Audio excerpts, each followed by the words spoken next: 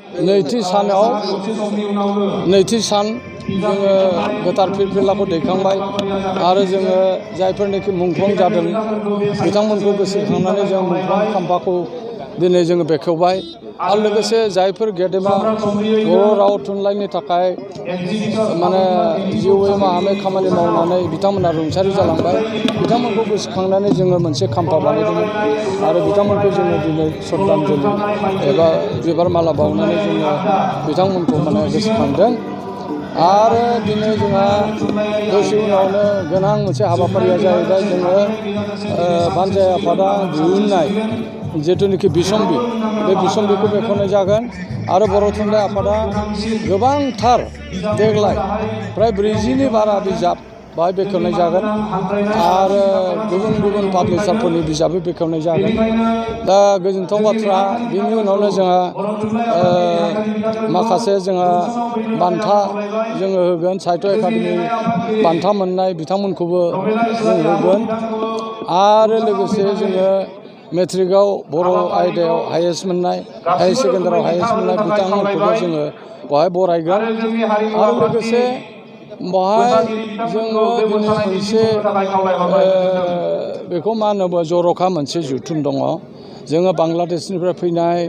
नेपालनिफ्राय फैनाय त्रिपुरानिफ्राय फैनाय गासै बिथांमोनखौ बे आलासिफोरखौ जोङो बेवहाय ज' खालामनानै मोनसे गेट टुगेदार जागोन आरो जोंहा कालचारेल ट्रुप फैदों जोङो मोनसे कालचारेल एक्सचेन्ज बेवहाय जागोन बे मोनसे जोंनि थाखाय मोजां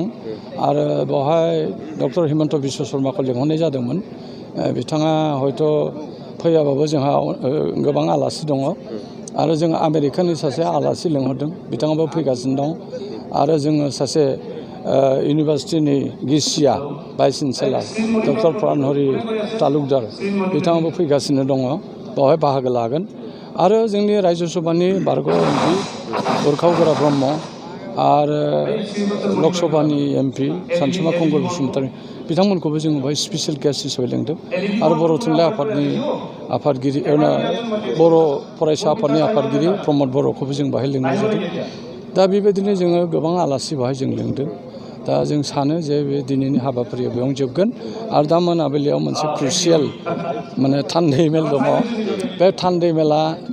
माने बे जारिमिनारि खैराबारिनि बाजिगुथि बर' थुनलाइ आफादनि जथुम्मानि मोनसे जारिमिनारि जागोन खारन आंनिया टार्मा जोबसिगोन 3 बोसोर आं जाबाय आरो जोंहा बायल' मथे खेबनैल' जों थानो मोनो खेबसे थाबावनो हायोमोन खिन्थु जोङो थानो मोनगोन ना मोना बेखौ बुंस'नो हाया दा मोनायावसो बियो थांखिया जागोन आरो जोङो 2000नि बारा थान्दै बिथांमोनहा मा थांखि लायो बेनि सायाव सोनारगोन आरो गोदान कमिटि दानाय जागोन आरो बे गोदान कमिटिया जाहाथे जोंनि बर' राव थुनलाइ हारिमु जौगानायनि थाखाय बिथांमोना खामानि मावनो हायो आरो दानि जिथु थासारि जोंनि भारतबर्षनि थासारि जिथु सोलोंथाइ खान्थि जागासिनो बे सोलोंथाइ खान्थिजों खारफानो हानाय जोङो बेबायदि जोङो बिबानगिरिखौ जों आसा खालामदों आरो बे खारफानो हानाय जाथारनांगोन आरो नङाबा जोङो उनफिननानै थानायनि जेबो खोथा गैया। जिहेतु डेलिगेटआ सोलिगासिनो दङ दायो औ दामानियाव मा सावरायनाय जादों बावहाय जोङो बर' बिजोंनि जेंना आरो दानि गोदान सोलोंथाइ माने खान्थिनि सायाव सावरायनाय जागोन आरो दानि बे जिथु NDB सावरायग्रा ग्रुपजों माने सिजफायार खालामनानै बिथांमोनहा गोजोन थासारि लाबोनो थाखाय बिथांमोनहा आवगायबोदों जों बेखौ बरायगोन आरो जोंहा माखासे जेंना दंबावो जेरैहाय जोंहा दा एसिस्टेन्ट प्रफेसारनि पस्ट बे एसिस्टेन्ट प्रफेसारनि पस्टआबो जानायनि लामा फैबाय आरो बेजों लोगोसे जोंहा स्पेसियेल टेट परिखा एलिमेन्टारि एन्ड हाइ स्कुल बेखौ जोङो दाबि खालामफिनगोन स्पेसियेल टेटखौ खालामनो थाखाय